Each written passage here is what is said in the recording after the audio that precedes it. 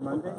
I'm George Vukotich with FinTank. This is our second blockchain summit. Last year we had our first one, and I think we set a new standard. We had so many great speakers, such good comment.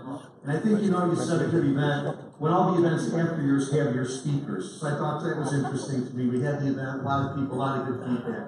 So a little bit about FinTank. Who are we? What do we do? Well, we basically work in three areas. One, we work with startup companies. We have a space, and then we also have an accelerator program which we try to help the startup companies develop and get better. Second area is we try to be a liaison with the larger corporations that are looking to incorporate things like blockchain, artificial intelligence, cybersecurity, data analytics, and even virtual reality. And then the third area is we try to match investors with the startup companies to provide their opportunities. We do all of this under the context of education. Education is the big driver for everything we do. So that's a little bit about our ability and what we do. Areas of focus. These are a number of areas of focus that we try to work on. And we also work with what we call a community practice model. Just some of the leaders. And again, this is individuals who we've either approached or have come to us and said, George, I'd like to get a session going on blockchain. Or George, I'm interested in cryptocurrency. Can we get a meetup? What we do is we try to get the people together, try to find a location to put it at, and then bring people together, and some businesses start out of it. People get things going and make things happen. Along with that, we've got a company that's just starting out. They're here today, Crypto Markets. They're building a website, and their goal is to be everything crypto. So if you get a chance, talk to them, sign up for the program, another thing going on. With that, I also want to announce Larry Neiman's in the back of the room. So we've been looking for a home for the last year, and Larry Neiman is with Robert Morris University and said, George, you know what? I've got about 5,000 square feet for it if you want to come on over and use it. So stay tuned. We'll be doing some work out at Robert Morris University. If you're a corporation, you want to get some visibility, get some sponsorship, let us know. You're welcome to come join us as well. With that, we're live streaming today's event. So to everybody out there around the world, we've got individuals watching in China, the UK, some other places. So welcome. Glad you're here. And we've also allowed the ability for you to text in a question. If there's time, Josh Hughes from our group will take your text questions, and we'll try to ask them, again, given time permitting. So we're glad you're here on the live stream. With that, we have a couple of video crews working with us, Social Jack and Back, Bitter Gesture Studios, a couple of photographers, so we appreciate them being here, donating their time and resources. Thank you. And then there's the things that my team said, George, don't forget these things. So I just got them up here because it's much too much that I can remember. Break time, I think a lot of you were down on the second floor. The first break is down there, lunch will be down there. Passcode for the Wi-Fi, you see it up there, the ULCC_WL, and they tell me there's no need for a passcode or password under that. If you need something, there's a lot of people running around with tags. They have volunteer under, a green tag on the bottom, you should see that. And what else can I tell you? Men's room right out here, apologize, women's room is down one floor on the 5th floor. It's an old club, so a lot of things are historical, they have that. And if you want, I think in back there's a bowl with where you can put your card in for a spring. We did a CryptoCon event last February at Northwestern. We had over 700 individuals attend that event, and we'll see how things go out with this year. And again, you can read the rest. If there's anything else, let me know. We'll pick it up from there. All right, with that, incredible group of speakers. And I said this last year, I'm going to repeat it, even more emphasis this year. I don't think there's any conference anywhere in the world that can put together a one-day event with this quality of speakers. So I thank all the individuals and organizations that are here today to make this happen. Stay tuned. These slides will be available later. And started out, I want to get Dave Carman out. Dave does a lot of research on companies. He's going to show you a few slides on companies that are here today, individuals here today, on what they're talking and what they're doing. Dave, come on up.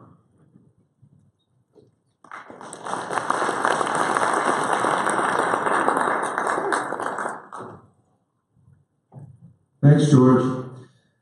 So I think we all know there's a lot of hype surrounding blockchain, and the overall theme of today's conference is to try to clear away as much of that hype as possible and get a clear picture of what's really happening out there in blockchain land. And there is a lot of talk, at the same time there's a lot of activity.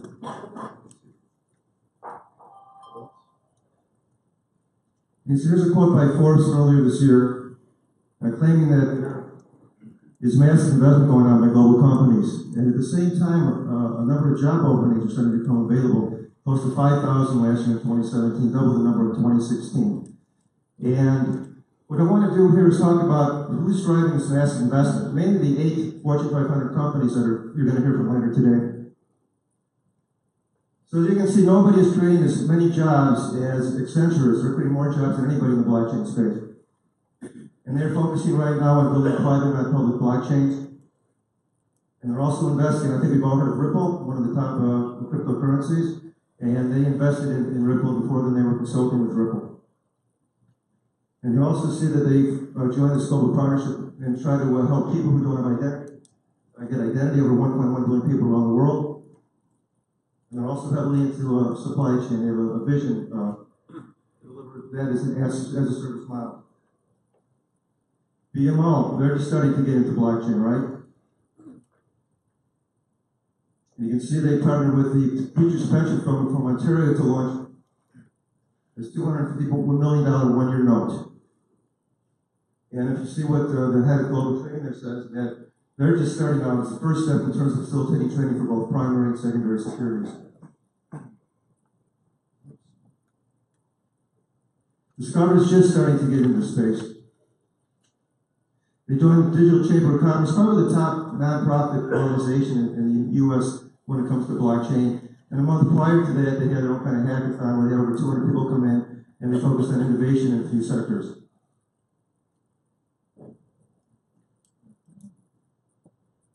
Now, this is a pretty bold statement by Ernst & Young, isn't it? And blockchain technology has the potential to universally reshape the way business transacts across nearly every industry in the global economy. Pretty bold statement. And you can see they already launched their own product, their EY Analyzer. And this I found, I didn't know this until I wrote this about a couple of months ago. But they've been accepting Bitcoin as payment in their division in Switzerland. I thought that's pretty eye-opening. And to date, as you can see, they have over 50 business processes going on that are enabled by blockchain technology. Fidelity. Now, Vanguard, Jack Bogle, he says, run from Bitcoin like the plague, but Abigail Johnson, the German CEO of Fidelity, has a very different perspective. She loves the crypto and she loves the blockchain. And I didn't know until I started investing, but they are very serious about their innovation with their labs at Fidelity. I think around 2014, they started accepting Bitcoin as an experiment, as payment in the cafeteria. About a year later, they started mining it. Last year, Abigail Johnson said they started mining it not to make money, but just to learn about it, educate themselves. But she added, we're making a lot of money mining it. And just recently, in the last week or so, they're launching a new division. It's Fidelity to add digital assets. And the founder, Tom Jessup, we're going to hear from later today. IBM is one of the biggest players in the blockchain space. As you can see, there are about 1,500 employees working on blockchain, over 500 blockchain projects. And you can see which areas they're focusing on. Hopefully, blockchain is going to start reaping some benefits soon, and the price of their stocks going to turn around and start going back up. That's the bold statement by KPMG, right? The world is coming, and its name is blockchain. And also, what stands out for me is they say it's more than a technology. They say it's a global transaction platform with a lot of implication. And they have specialists in 30 countries working on different blockchain projects. Northern Trust, I don't know if you can find a more conservative state institution than Northern Trust, and they've been jumping into blockchain. So they have this partnership with IBM with facilitating the administrative services in the private equity market, but that's just one of many innovations that Northern Trust has been working on. And this last quote really stands out for me. That here you have a legacy financial institution that seems to be in the middle of transforming really into a technology company. You know, go figure. And it's not just the large, Fortune 100 companies that are heavily involved in blockchain and crypto, but you can see the venture capitalists and startups are heavily jumping in. You can see in 2016 there were about 109 blockchain investments, and more than doubled in 2017, and already by mid of this year, we've almost matched all of 2017. And it's not just the number of deals, the amount of money being invested in these deals is proliferating too. It looks like we're going to triple last year's amount to $1.5 billion this year. And 35 of these, this is based upon the 50 leading venture capital firms in the world, and 35 of them are here in the United States. So the US venture capital firms are also heavily jumping into blockchain.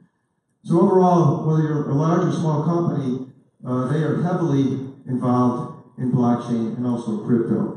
And what's really interesting to us at FinTank, when we first started doing FinTank in 2017, is we started focusing on different industry sectors, and pretty soon it became apparent to us that it's a technology that's driving this.